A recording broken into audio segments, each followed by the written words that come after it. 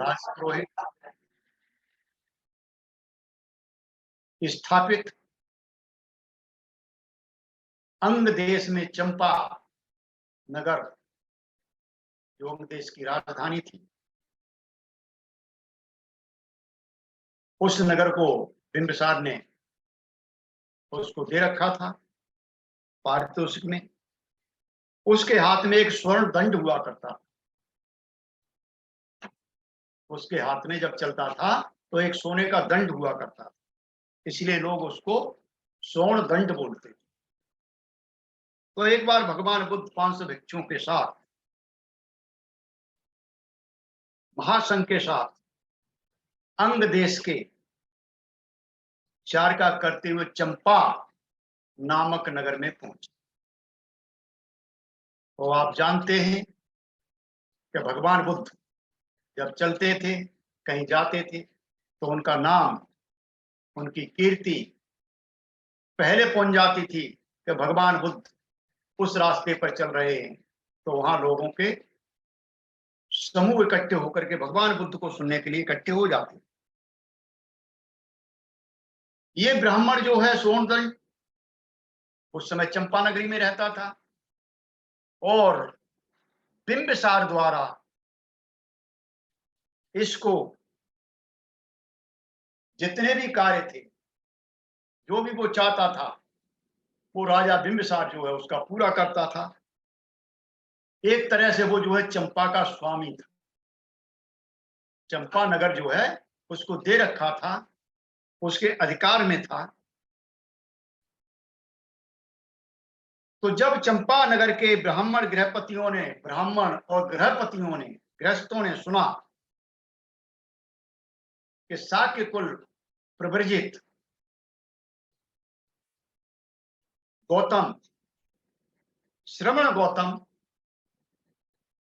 गरगरा पुष्करणी, वहां एक पुष्करणी थी, उसके किनारे पर विहार कर रहे, उनका ऐसा मंगल कीर्ति फैला हुआ है, ऐसा नाम फैला हुआ है कि वे भगवान गवाह हैं, अरहत हैं, सम्मा संबुद्ध हैं, विद्याचरण संपन्न हैं, सुगत हैं, लोक विदु हैं, अनुत्तर हैं, पुरुषदम्म सारथी हैं और श्रद्धा देव मनुष्यानन है। ऐसी कीर्ति फैली हुई और ऐसा व्यक्ति हमारे बीच में आए तो हम उसके दर्शन ना करें, ऐसा नहीं हो सकता। तो जब गृहपति और ब्राह्मणों ने वहां सुना तो वो अपने झुंड के झुंड बना करके भगवान के दर्शन करने के लिए और चल दिए निकल के वहां से। क्योंकि ऐसे मनुष्यों का दर्शन बहुत ही अच्छा होता है, शुभ होता है। आपके यहां भी अगर कोई विद्वान भिक्षु आ जाए या धर्मचारी आ जाए तो ये हमारा पुराना तरीका है, पुरानी परंपरा है कि उसका स्वागत हम करते हैं। और अगर वो हम तक नहीं पहुंच पाया, अगर हमको पता है कि हमारे क्षेत्र में इस नाम का धर्मचारी आया हुआ है या इस नाम का भिक्षु आया हुआ जो बहुत विद्वान है, तो हम भी उससे उसके दर्शन करने के लिए चले जाते हैं। ये पुरानी परंपरा है। उसी परंपरा के तहत आकर के वो जो है गृहपति चंपा से निकल करके झुंड के झुंड जो है गरगरा पुष्करणी की तरफ चल दिए। तो ये सोरदंड जो अपने प्रसाद के ऊपर खड़ा हुआ था, उसने देखा कि ये झुंड के झुंड कहां जा रहे हैं, किधर जा रहे हैं, और सब जो गरगरा पुष्करणी की तरफ क्यों जा रहे हैं। तो उसका जो छत्र धारक था, छाता लेकर चलने वाला, छत्ता बोला जाता है जिसको, छाता लेकर चलने वाला था, उसके सर पे धूप ना आए, उसे धूप ना लगे, उसके छाता लेके चलते हैं, उसे छत्ता बोला जाता है। तो उसे लेकर के उससे बोला संबोधित करके कि हे भाई, क्या बात है, ये कहां जा रहे हैं, जरा देखो तो सही। हाँ, ये लोग कहां जा रहे हैं। तो उन्होंने कहा, जब वो पहुंचे वहां पर, क्या बात है, ये किस तरफ जा रहे हैं, क्या कारण है, पूरा का पूरा जो है चंपानगर जो है खाली सा होता जा रहा है और सब इधर जा रहे हैं। तो उसने कहा कि भाई पूछ के क्या कारण है। तो वो गया, तब उन्होंने बताया कि हमारे नगर में गरगरा पुष्करणी के तीर पर शाक्य पुत्रीय गौतम, श्रमण गौतम पधारे हैं, उनका ऐसा कीर्ति यश फैला हुआ है, तो हम उनके दर्शन के लिए जा रहे हैं। चलो जी, बहुत अच्छी बात है। उसने बताया आकर के कि स्वामी ऐसे ऐसी बात है। तो वो बोला, उस समय उसके यहां पर कुछ और ब्राह्मण आए हुए थे बाहर से, जो उसके महल में रुके हुए थे, उसके स्थानों में रुके हुए थे, वो भी वास कर रहे थे। उन्होंने, ब्राह्मणों ने सुना, तो उसने कहा कि उन ब्राह्मणों से कहिए कि जरा ठहरे, सोनदंड भी भगवान के दर्शन करने के लिए आएंगे। लेकिन जब उन ब्राह्मणों ने सुना,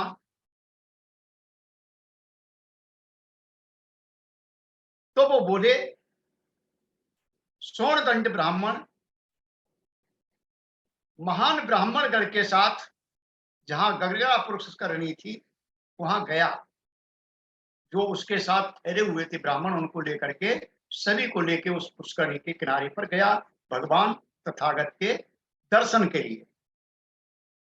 लेकिन उसके चित्त में एक वितर्क आ गया, चित्त में जो है वितर्क आ गया। वह क्या,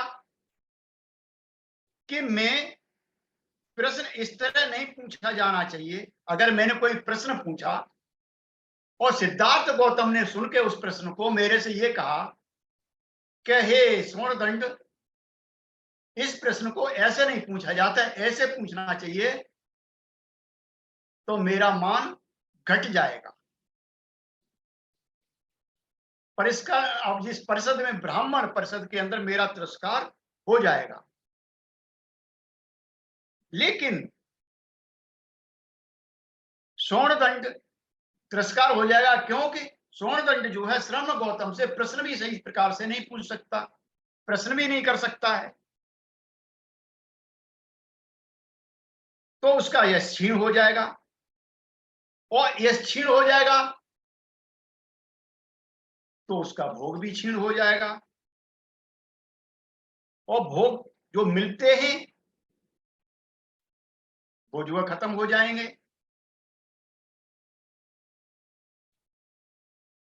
यदि श्रमण गौतम प्रश्न पूछें और मैं प्रश्न को उत्तर से उनको संतुष्ट नहीं कर सका, तब भी जो है मेरा यश क्षीण होगा, मैं तिरस्कृत हो जाऊंगा, परिषद में बदनाम हो जाऊंगा, कि मैं इतना समीप आकर भी श्रमण गौतम को बिना देखे ही लौट जाऊं, तो इससे भी मुझे पुरस्कार, परिषद में तिरस्कार मिलेगा।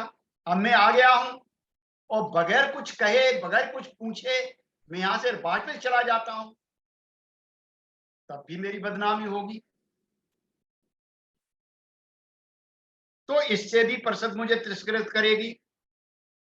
तो सोनदंड ब्राह्मण मानी है, भयभीत है, श्रमण गौतम के दर्शनार्थ जाने में समर्थ नहीं हुआ। इतना समीप आकर भी श्रमण गौतम को बिना देखे ही कैसे लौट गया, जिसको परिषद जो है तिरस्कृत करेगी, बदनाम करेगी। तब सोनदंड था, इतने बातें विचार करके जहां भगवान थे उनके पास गया, जाकर के भगवान के साथ कुछ बातचीत की, संबोधन किया और एक और बैठ गया। चंपा निवासी भी थे, जैसा जिसके साथ, जैसा जिसके मन में आया वैसा अभिवादन करके वो भी भगवान बुद्ध को चारों तरफ से घेर के बैठ गए। तब ब्राह्मण गृहपति भी कोई कोई भगवान को अभिवादन करके बैठ गया,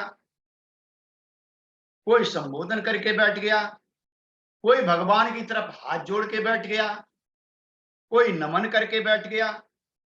कोई अपना नाम सुना के बैठ गया, कोई किसी ने अपना गोत्र सुना दिया और बैठ गया, और कोई कोई चुपचाप बैठ गया। कोई मेरे जैसा था, वो चुपचाप बैठ गया, कुछ नहीं कहा।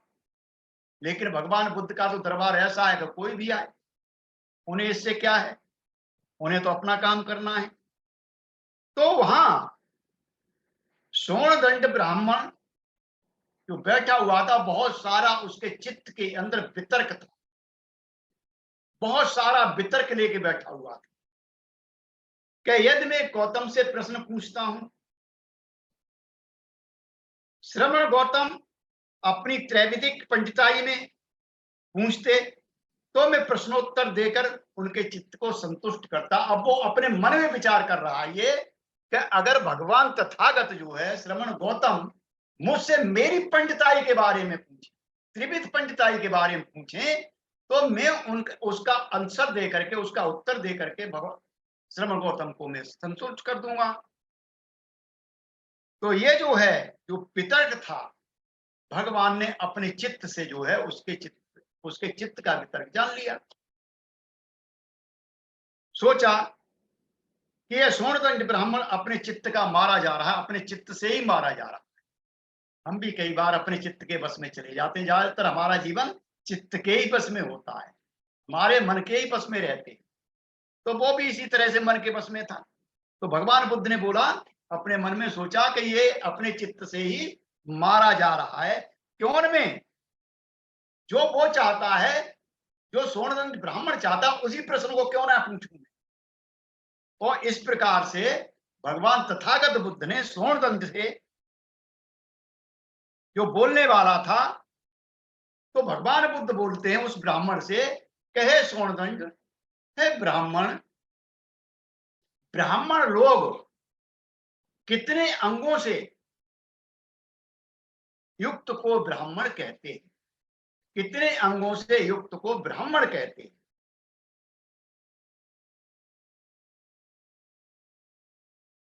वह मैं ब्राह्मण हूं यह कहते हुए सच कहता है, झूठ बोलने वाला नहीं बोलता। कितने अंगों से जो है ब्राह्मण कहते हैं, जो यह सोचते हुए कि मैं ब्राह्मण हूं, वो सच कहता है और वो झूठ नहीं कहता। तो सोणदंड के तो मन की मिल गई। सोणदंड तो इसे चाहता ही था कि ऐसा प्रश्न पूछे भगवान जिसका मैं अच्छी तरह से मैं उत्तर दे सकूं। यह मेरा इच्छित प्रश्न है, ये मेरा प्रार्थनीय प्रश्न है। तो गौतम बुद्ध मेरी त्रिविधिक जो पंडिताई में प्रश्न पूछे, और वही प्रश्न उन्होंने पूछ लिया। तब सोणदंड ब्राह्मण शरीर को उठाकर, अपने हाथ उठाए यूं करके, और पर्षद की ओर उसने देखा बड़े गर्व से, जिस तरह से सिंह अवलोकन करता है, चूंकि उसके मन के मुताबिक मिल गया। अगर आप परीक्षा में बैठे हुए हैं और जो प्रश्न आपने याद किया है, जो अच्छी तरह से आप जानते हैं, वो वही प्रश्न आपके सामने आ जाए, तो आपके मन में क्या होगा। तो आप सोचिए कि सोणदंड के मन में क्या चल रहा होगा, कि जो वो चाहता था वही प्रश्न भगवान ने पूछ लिया। तो वो भी फूल के कुप्पा हो गया, और जो है परिषद की तरह बड़े गर्व से उसने देखा कि इसका आंसर मैं दे सकता। तो वो बोला धीरे से, हे गौतम, ब्राह्मण लोग 5 अंगों से युक्त को, जो 5 अंग से युक्त है, उसको जो है ब्राह्मण कहते हैं, उसको हम ब्राह्मण कहते हैं। कौन कौन से 5 हैं? पहला है, हे गौतम, वह जो है दोनों तरफ से सुजात हो, यानी उसके पिता भी ब्राह्मण हो और माता भी ब्राह्मण हो। पहला अंग है कि दोनों तरफ से सुजात हो। दूसरा अंग है कि वो जो मंत्रधर हो, मंत्रधर हो, त्रिविध, तीनों वेदों का ज्ञाता हो, पारंगत हो। तीसरा गुण वो बता रहे हैं वहां पर, क्या वो जो देखने में दर्शनीय हो, अभिरूप हो, सुंदर हो, वर्ण उसका अच्छा हो, रूपवान हो। और चौथा बताते हैं कि वो शीलवान हो, शीलों का आचरण करता हो। और पांचवा बता रहे हैं कि वो मेधावी हो, ज्ञानी। वो मेधावी हो, ज्ञानी हो, पंडित हो। इस प्रकार से सोनदंड ने 5 भाग जो है, 5 अंग बताए। तो भगवान फिर कहते हैं उससे, सोनदंड इन अंगों में से 5 जो तुमने बताए, इन अंगों में से कोई अंग एक छोड़ दिया जाए, क्या 4 अंग से भी कोई ब्राह्मण हो सकता है? सोचिए किस तरह से भगवान बुद्ध उसको मोड़ के ला रहे हैं। सीधा नहीं कहा उससे, उससे कह रहे हैं कि कोई एक इसमें से गुण कम हो जाए, कोई एक अंग कम हो जाए, तब भी वो ब्राह्मण होगा। तो वो कहता है कि कहा जा सकता है, हे गौतम, इन 5 अंगों में से वर्ण को छोड़ दिया जाए, उसकी सुंदरता को छोड़ दिया जाए, तो वो जो है ब्राह्मण कहा जा सकता है, अगर वो दोनों तरफ से सुजात है, मंत्रधर है, शीलवान है और मेधावी है, यानी ज्ञानी। 4 अंग वाला भी ब्राह्मण हो सकता है। लेकिन तथागत कहां रुकने वाले थे? तथागत फिर बोले उससे, कहे सोनदंड, हे ब्राह्मण, अगर इन चारों में से भी अगर एक कम कर दिया जाए, कोई एक अंग कम किया जा सकता है कि 3 अंग से भी कोई ब्राह्मण हो जाए? तो सोनदंड फिर चिंतन करके बोला कि हाँ, हो सकता है, कहा जा सकता है। हे गौतम, इन चारों में से कोई बात नहीं है, अगर मंत्रधर नहीं है तो मंत्र को छोड़ दीजिए, अगर वेद नहीं पढ़े तो छोड़ दीजिए, लेकिन वो दोनों तरफ से सुजात हो, शीलवान हो और ज्ञानी हो, तब भी उसको ब्राह्मण कहा जा सकता है। भगवान फिर आगे बढ़ते हैं, कहे सोनदंड, है ब्राह्मण, क्या इन तीनों में से भी कोई एक अंग कम हो जाए, तब भी कोई ब्राह्मण हो सकता है? तो सोनदंड बोला कि हाँ, फिर भी ब्राह्मण हो सकता है। कैसे? क्या सुजात होने से आप छोड़ दीजिए, उसका जन्म किस में हुआ छोड़ दीजिए, वो सुजात है या नहीं है छोड़ दीजिए, लेकिन 2 अंग जो है, शीलवान और ज्ञानी या मेधावी, ये 2 अंग उसके अंदर होंगे तो ब्राह्मण कहलाए। इतनी बात ब्राह्मण परिषद ने सुन ली। जब ब्राह्मण परिषद ने सुन ली तो आजकल जो है, आप देखते हो क्या होता है, अगर उनके प्रति अगर कुछ गलत बोल दिया जाए, सच बोल दिया जाए, उनके बारे में सच बोल दिया, गलत तो है ही नहीं, सच बोल दिया जाए, तो वो सच उनको हजम नहीं होता, और पहले भी वो सच उनको हजम नहीं हुआ करता। ये एक विशेष प्रकार का मानव प्राणी है इस पृथ्वी के ऊपर। इस पृथ्वी के ऊपर एक विशेष प्रकार का मानव प्राणी है, जो पूरे विश्व में आपको कहीं नहीं मिलेगा। इस प्रकार का ये प्राणी। तो उस समय भी नहीं, सोनदंड से सही जवाब नहीं दिया गया, सोनदंड जो भ्रमित हो गया, सोनदंड आप जो है नहीं कर पा रहे, ऐसा नहीं है, आप जो है बात नहीं कर पा रहे, और वो जो है सोनदंड को ही उल्टा सीधा कहने लगे जो ब्राह्मण बैठे हुए थे। तब तथागत बोले, हे ब्राह्मणों, तुमको यह हो रहा है कि सोनदंड जो है उचित आंसर नहीं दे पा रहे, उत्तर नहीं दे पा रहे, ये अल्पश्रुत हैं, ये सुबक्ता नहीं है, ये दुष्प्रज्ञ हैं, ये वाद गौतम के साथ नहीं कर सकते। तो सोनदंड तुम ठहरो, तुम ठहरे, और इन ब्राह्मणों से कहिए कि जो वाद करना चाहते हैं वो बात करें, और अगर आपको सोनदंड के अंदर विश्वास है तो आप चुप रहिए, सोनदंड को आगे बात करने दीजिए।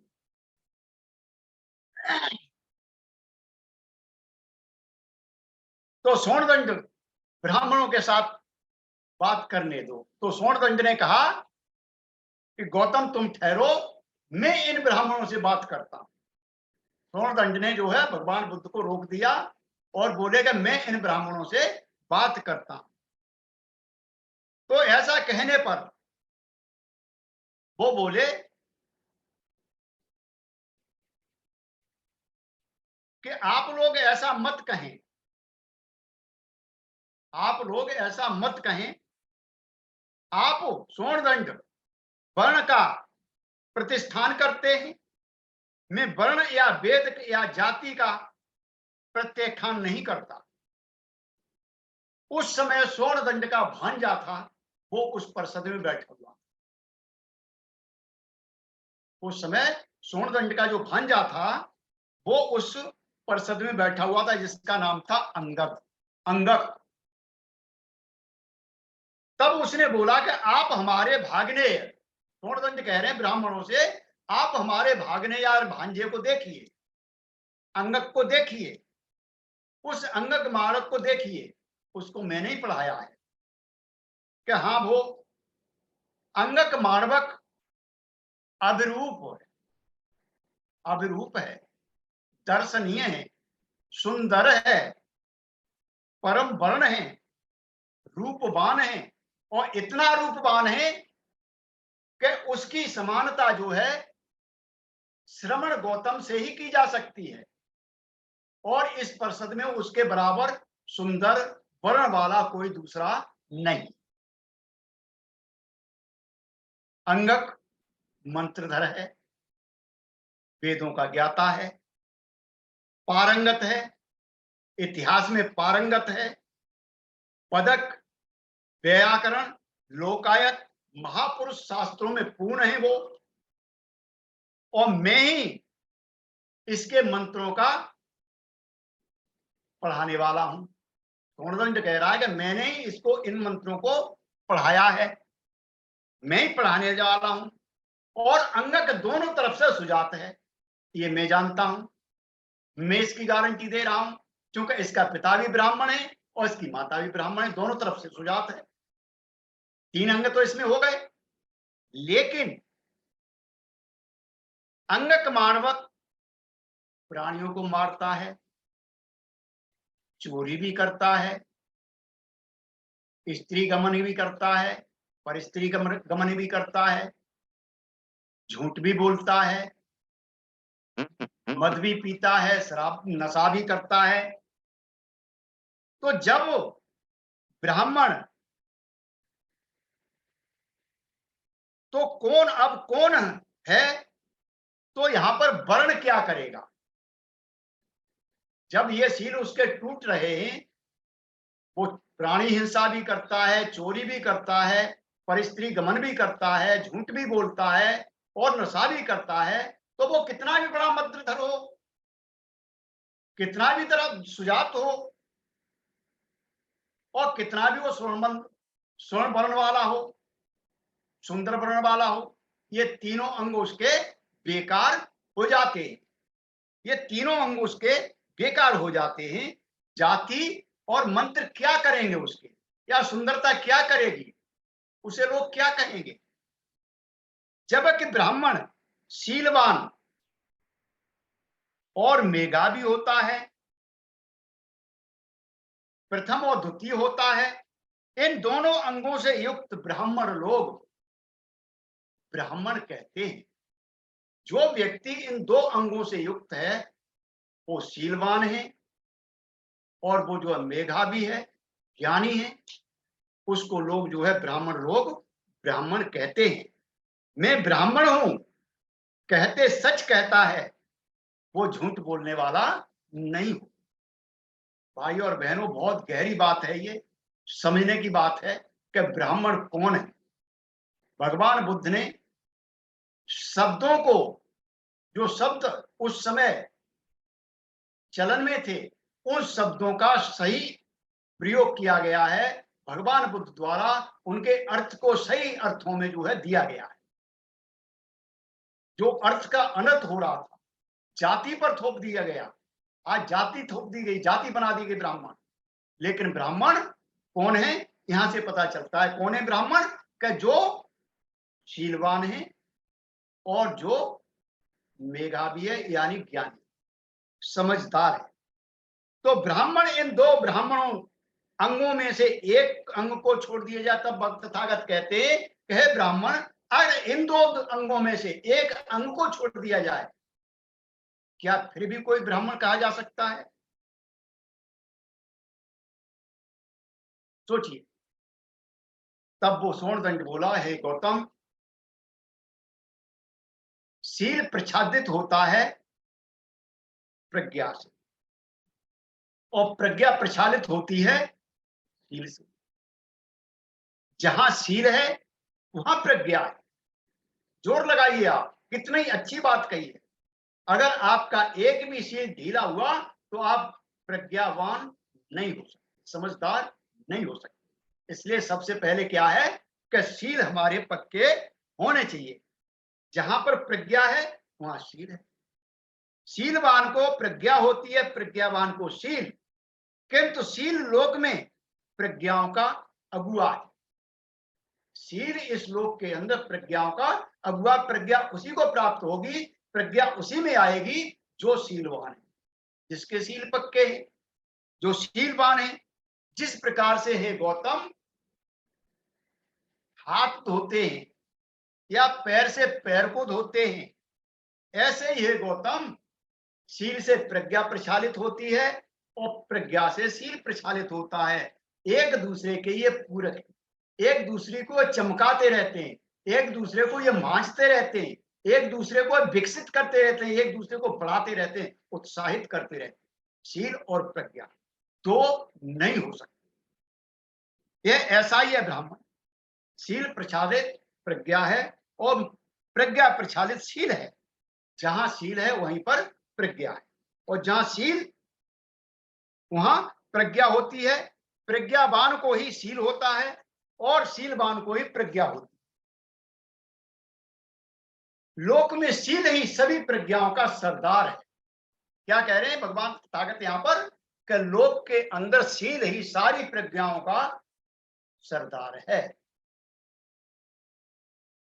ब्राह्मण शील क्या है और प्रज्ञा क्या है? फिर वो कहते हैं कि शील क्या है और प्रज्ञा क्या है। तो सोनदंड से जब इतना पूछा, आगे तो और है, अगले उसमें बताऊंगा, टाइम हो चुका है, कि शील क्या है और प्रज्ञा क्या है, इनको कैसे अपने परम लक्ष्य तक पहुंचाया जाता है। तो सोनदंड ने उठ करके वहां पर दोनों हाथ जोड़े और भगवान तथागत की शरण में आ गया कि हे गौतम बुद्ध, हम तो शास्त्र की बात करते हैं, इसके बारे में आप ही हमें कुछ बता सकते हैं। हम तो इतना बड़ा ही जानते हैं, अच्छा हो कि आप गौतम ही कुछ हमारे मार्गदर्शन करें। और इस प्रकार से वो जो भगवान तथागत की शरण में आ गया।